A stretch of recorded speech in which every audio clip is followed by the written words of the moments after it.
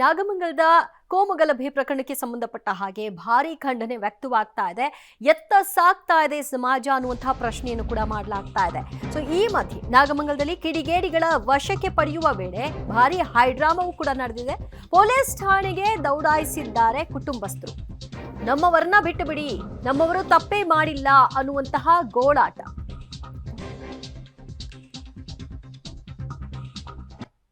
ಗಲಾಟೆ ಆಗಿದೆ. ತುಷ್ಟೀಕರಣ ಅನ್ನೋ ಮಾತನ್ನ ಕುಮಾರಸ್ವಾಮಿ ಅವರು ವ್ಯಕ್ತಪಡಿಸ್ತಾ ಇದ್ದಾರೆ. ಕಾಂಗ್ರೆಸ್ ಸರ್ಕಾರ ತುಷ್ಟೀಕರಣ ರಾಜಕಾರಣ ಮಾಡ್ತಾ ಇದೆ. ಇಂಥ ರಾಜಕಾರಣಿಗಳಿಂದಾನೇ ಗಲಭೆಗಳು ಆಗೋದು. ಇಂಥ ರಾಜಕಾರಣಿಗಳಿದೆ. ಇದು ಪಕ್ಷದ ಪಾತ್ರ ಏನಿದೆ? ಇದು ಪಕ್ಷದ ಪಾತ್ರ. ಯಾರೋ ಒಬ್ಬ ಸೆಕ್ಯುಲರ್ ಮೈಂಡ್ ಇರೋನು, ಒಬ್ಬ ಇಂಡಿಯನ್ ಇರೋನು ಯಾರು ಗಲಾಟೆ ಬಯಸಲ್ಲ. ಇಂಥ ರಾಜಕಾರಣಿಗಳು ಹೇಳಿಕೆಯಿಂದಾನೇ ಗಲಾಟೆಗಳು ಆಗೋದು. ಈ ರೀತಿಯ ಕಾರ್ಯಕ್ರಮಗಳಲ್ಲಿ ಈ ರೀತಿ ಘಟನೆ ಆಗಿದ್ರೆ ನಿಜಕ್ಕೂ ವಿಷಾದನೀಯ ಅಂತ ಅನ್ಸಲ್ವಾ? ಖಂಡಿತ ಯಾಕಬಾರ್ದು. ನೆನ್ನೆ ನೋಡಿ ನಮಗೆ ಸಂತೋಷ, ಖುಷಿ ತಂತು. ನೆನ್ನೆ ಟಾನಿ ರೋಡ್ ಅಂತ ನಮ್ಮ ಸಬಿಲುರ್ಷಾದ್ ಅಂತ ನಮ್ಮ ದೊಡ್ಡ ಮದ್ರೆಸ ಇದೆ, ಅಲ್ಲಿ ನೆನ್ನೆ ಪ್ರೊಸೆಷನ್ ಹೋಯ್ತು. ನಂಗೆ ಫೋನ್ ಬಂದಿತ್ತು. ಎಷ್ಟು ಖುಷಿ ಆಯ್ತಂದ್ರೆ ನಮ್ಮೆಲ್ಲ ಮಸೀದಿ ಮುಂದೆ ನಮ್ಮ ಗುರುಗಳನ್ನು ನಿಂತ್ಕೊಂಡು ಅವ್ರು ವೆಲ್ಕಮ್ ಮಾಡಿ ಇದು ಮಾಡಿದ್ದಾರೆ, ಸೆಂಡ್ ಆಫ್ ಮಾಡಿದ್ದಾರೆ. ಆ ಥರ ಆಗಬೇಕು ಎಲ್ಲ. ನೋಡಿ, ಎಲ್ಲರೂ ಅವ್ರವ್ರ ಧರ್ಮದ ಹಬ್ಬಗಳು ಇರ್ತದೆ. ಈಗ ಮುಸ್ಲಿಮ್ ಅಲ್ಲಿ ಬಕ್ರೀದ್ ಹಬ್ಬ ಬರ್ತದೆ, ರಂಜಾನ್ ಹಬ್ಬ ಬರ್ತದೆ, ನಮ್ಮ ಹಿಂದೂ ಧರ್ಮದಲ್ಲಿ ಗಣೇಶ ಹಬ್ಬ ಬರ್ತದೆ, ಉಗಾದಿ ಹಬ್ಬ ಬರ್ತದೆ, ಕ್ರಿಶ್ಚಿಯನಲ್ಲಿ ನ್ಯೂ ಇಯರ್ ಅಂತ ಬರ್ತದೆ, ಕ್ರಿಸ್ಮಸ್ ಅಂತ ಬರ್ತದೆ. ನಾವೆಲ್ಲ ಹಬ್ಬ ಒಟ್ಟಿಗೆ ಸೇರ್ಕೊಂಡು ಆರಿಸ್ಬೇಕು ನಾವು.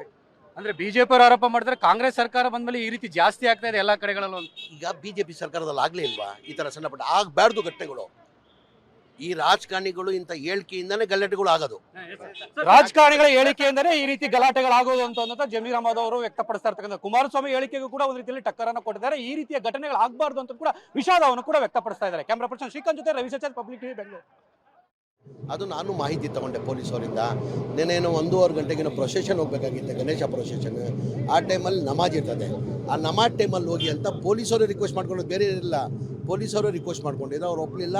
ಸಾಯಂಕಾಲ ಏನೋ ಪ್ರತಿಭಟನೆ ಮಾಡಿ ಗಲಾಟೆ ಆಗಿದೆ. ಆಗಬಾರ್ದಾಗಿದ್ದು ಗಲಾಟೆ ಆಗಿದೆ. ತುಷ್ಟೀಕರಣ ಅನ್ನೋ ಮಾತನ್ನ ಕುಮಾರಸ್ವಾಮಿ ಅವರು ವ್ಯಕ್ತಪಡಿಸ್ತಾ ಇದ್ದಾರೆ. ಕಾಂಗ್ರೆಸ್ ಸರ್ಕಾರ ತುಷ್ಟೀಕರಣ ರಾಜಕಾರಣ ಮಾಡ್ತಾ ಇದೆ. ಇಂಥ ರಾಜಕಾರಣಿಗಳಿಂದಾನೇ ಗಲಭೆಗಳು ಆಗೋದು. ಇಂಥ ರಾಜಕಾರಣಿಗಳಿದೆ. ಇದು ಪಕ್ಷದ ಪಾತ್ರ ಏನಿದೆ? ಇದು ಪಕ್ಷದ ಪಾತ್ರ. ಯಾರೋ ಒಬ್ಬ ಸೆಕ್ಯುಲರ್ ಮೈಂಡ್ ಇರೋನು, ಒಬ್ಬ ಇಂಡಿಯನ್ ಇರೋನು ಯಾರು ಗಲಾಟೆ ಬಯಸಲ್ಲ.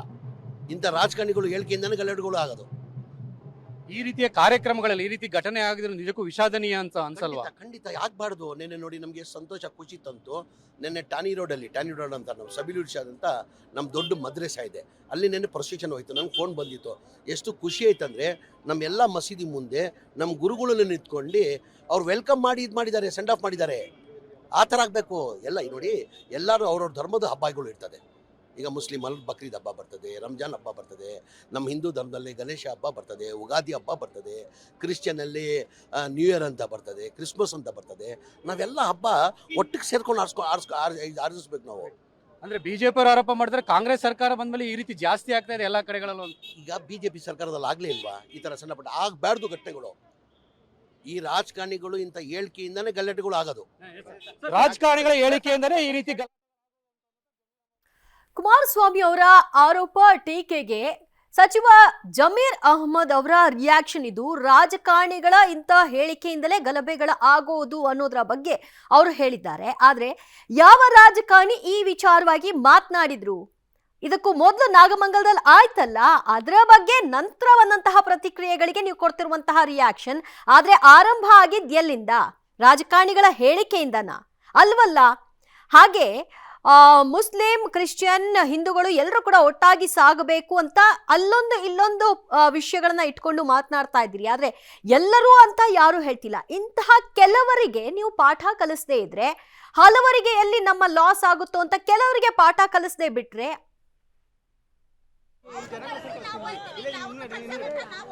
ಬಗ್ಗೆ ಮತ್ತಷ್ಟು ಮಾಹಿತಿ ಪಡೆಯೋಣ. ನಮ್ಮ ಪ್ರತಿನಿಧಿ ಕೆಪಿ ನಾಗರಾಜ್ರಿಂದ. ಕೆಪಿ ನಾಗರಾಜ್, ರೈಟ್ ನಾವು ಏನಾಗ್ತಾ ಇದೆ ಅಲ್ಲಿ? ಪ್ರಮುಖವಾಗಿ ದಿವ್ಯಾ, ಈಗ ತಾನೇ ಈ ಏನು ನಾಗಮಂಗಲ ಪೊಲೀಸ್ ಠಾಣೆ ಮುಂಭಾಗದಲ್ಲಿ ಇದ್ದಂತಹ ಎರಡೂ ಕಡೆಯವರು ಅಂದರೆ ಗಣೇಶೋತ್ಸವ ಮಾಡ್ತಾ ಇದ್ದಂತಹ ಕೆಲವರನ್ನು ಕೂಡ ಅರೆಸ್ಟ್ ಮಾಡಿಸಿದ್ರು ಮತ್ತು ಜೊತೆಗೆ ಕಲ್ಲು ತೂರಾಟ ಮಾಡಿ ಕಿಡಿಗೇಡಿಗಳು ಕೂಡ ಬಂಧನವನ್ನು ಮಾಡಿದ್ರು. ಅವರ ತಾಯಂದರು ಕೂಡ ಎರಡು ಸೈಡಲ್ಲಿ ಕೂತು ಪ್ರತಿಭಟನೆ ನಡೆಸ್ತಾ ಇದ್ರು. ಚಲುವರಾಯಸ್ವಾಮಿ ಅವರು ಈಗ ಸ್ಥಳಕ್ಕೆ ಬಂದು ಅವ್ರ ಜೊತೆಗೆ ಮಾತುಕತೆಯನ್ನು ಮುಗಿಸಿ ಈಗ ಅವರೆಲ್ಲರೂ ಕೂಡ ಇಲ್ಲಿಂದ ಬೇರೆ ಕಡೆಗೆ ಕಳಿಸುವಂಥ ಕೆಲಸವನ್ನು ಕೂಡ ಮಾಡಲಾಗಿದೆ. ಒಂದು ರೀತಿಯಾಗಿ ನಾಗಮಂಗಲದಲ್ಲಿ ಪ್ರಕ್ಷುಬ್ಧ ವಾತಾವರಣವಂತೂ ಖಂಡಿತವಾಗ್ಲೂ ಕೂಡ ಮುಂದುವರಿತಾ ಇದೆ. ಈಗಾಗಲೇ ಹೆಚ್ಚುವರಿ ಪೊಲೀಸರು ಬೇರೆ ಬೇರೆ ತಾಲೂಕು ಬೇರೆ ಬೇರೆ ಭಾಗಗಳಿಂದ ಹೆಚ್ಚುವರಿ ಪೊಲೀಸರ ಆಗಮನವೂ ಕೂಡ ಆಗ್ತಾ ಇದೆ. ಯಾಕೆಂದರೆ ಬೂದಿ ಮುಚ್ಚಿದ ಕೆಂಡದ ರೀತಿಯಲ್ಲಿ ಪರಿಸ್ಥಿತಿ ಇರುವಂತಹ ಕಾರಣಕ್ಕೋಸ್ಕರವಾಗಿ ಇನ್ನೂ ಹೆಚ್ಚಿನ ಸಂಖ್ಯೆಯ ಪೊಲೀಸರು ಈಗ ಬೇರೆ ಬೇರೆ ಭಾಗಗಳಿಂದಲೂ ಕೂಡ ಈಗ ನಾಗಮಂಗಲಕ್ಕೆ ಬರ್ತಾ ಇದ್ದಾರೆ. ಸದ್ಯಕ್ಕೆ ಪರಿಸ್ಥಿತಿಯನ್ನು ನಿಯಂತ್ರಣಕ್ಕೆ ತೆಗೆದುಕೊಳ್ಳುವಂಥ ಕೆಲಸವನ್ನು ಪೊಲೀಸರು ಮಾಡ್ತಾ ಇದ್ದಾರೆ ಮತ್ತು ಈಗಾಗಲೇ ಬಂಧಿಸಿರುವಂತಹ ಆರೋಪಿಗಳನ್ನು ಮೆಡಿಕಲ್ ಟೆಸ್ಟ್ಗೂ ಕೂಡ ಈಗ ಇಲ್ಲಿಂದ ಸರ್ಕಾರಿ ಆಸ್ಪತ್ರೆಗೆ ಕರೆದುಕೊಂಡು ಹೋಗಲಾಗಿದೆ. Divya, thank you KP Nagaraj ನಿಮ್ಮೆಲ್ಲ ಮಾಹಿತಿಗೆ. ಸ್ಥಳಕ್ಕೆ ಚಲುವರಾಯಸ್ವಾಮಿ ಅವರು ಬಂದರು, ಸ್ಥಳ ಪರಿಶೀಲನೆ ನಡೆಸಿದ್ರು. ಅದಕ್ಕೂ ಮುನ್ನ ಅಧಿಕಾರಿಗಳ ಜೊತೆಗೂ ಕೂಡ ಸಭೆ ನಡೆಸಿದ್ರು, ಮಾಹಿತಿಗಳನ್ನ ಪಡೆದುಕೊಂಡ್ರು. ಮುಂದುವರೆದಂತೆ ಯಾವ ರೀತಿಯಾಗಿ ಭದ್ರತೆಯನ್ನು ಒದಗಿಸಬೇಕು, ಮುಂದೆ ಇಂತಹ ಘಟನೆಗಳು ಆಗದ ಹಾಗೆ ನೋಡಿಕೊಳ್ಬೇಕು, ಜೊತೆಗೆ ಈಗ ಆಗಿರುವಂತಹ ಘಟನಾವಳಿಗಳಿಗೆ ಸಂಬಂಧಪಟ್ಟ ಹಾಗೆ ತಪ್ಪಿತಸ್ಥರು ಏನು, ಎಲ್ಲಿಂದ ಆರಂಭ ಆಯಿತು ಇತ್ಯಾದಿ ಮಾಹಿತಿಗಳನ್ನ ಕಲೆ ಹಾಕಿ ಒಂದಷ್ಟು ಸೂಚನೆಗಳನ್ನು ಕೂಡ ಅವರು ಕೊಟ್ಟು ಅಲ್ಲಿಂದ ಹೊರಟಿದ್ದಾರೆ. ಈ ಸಂದರ್ಭದಲ್ಲಿ ಹಲವರು ತಮಗಾಗಿರುವಂತಹ ಲಾಸ್ನ ವಿವರಣೆಯನ್ನ ಕೊಟ್ಟಿದ್ದಾರೆ. ಏನೂ ತಪ್ಪೇ ಮಾಡದೆ ನಾವು ಇದರಲ್ಲಿ ಭಾಗಿನೂ ಕೂಡ ಆಗದೆ, ಆದರೆ ನಾವಿಲ್ಲಿ ಅನ್ಯಾಯಕ್ಕೆ ಒಳಗಾಗಿದ್ದೀವಲ್ಲ ಅನ್ನುವಂತಹ ನೋವಿನ ನುಡಿಗಳನ್ನ ವ್ಯಕ್ತಪಡಿಸಿದ್ದಾರೆ.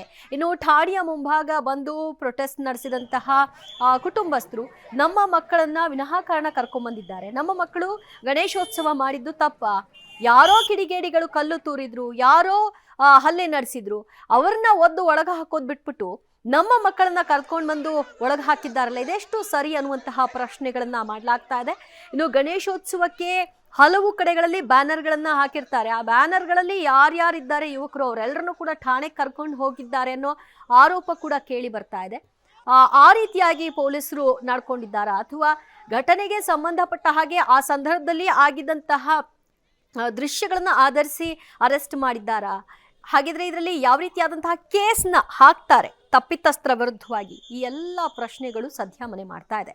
ಸ್ಥಳದಲ್ಲಿ ನೀವು ನೋಡ್ತಾ ಇರೋದು ಉಸ್ತುವಾರಿ ಸಚಿವ ಚಲುವರಾಯಸ್ವಾಮಿ ಬಂದು ಹೋದಂತಹ ಸಂದರ್ಭ.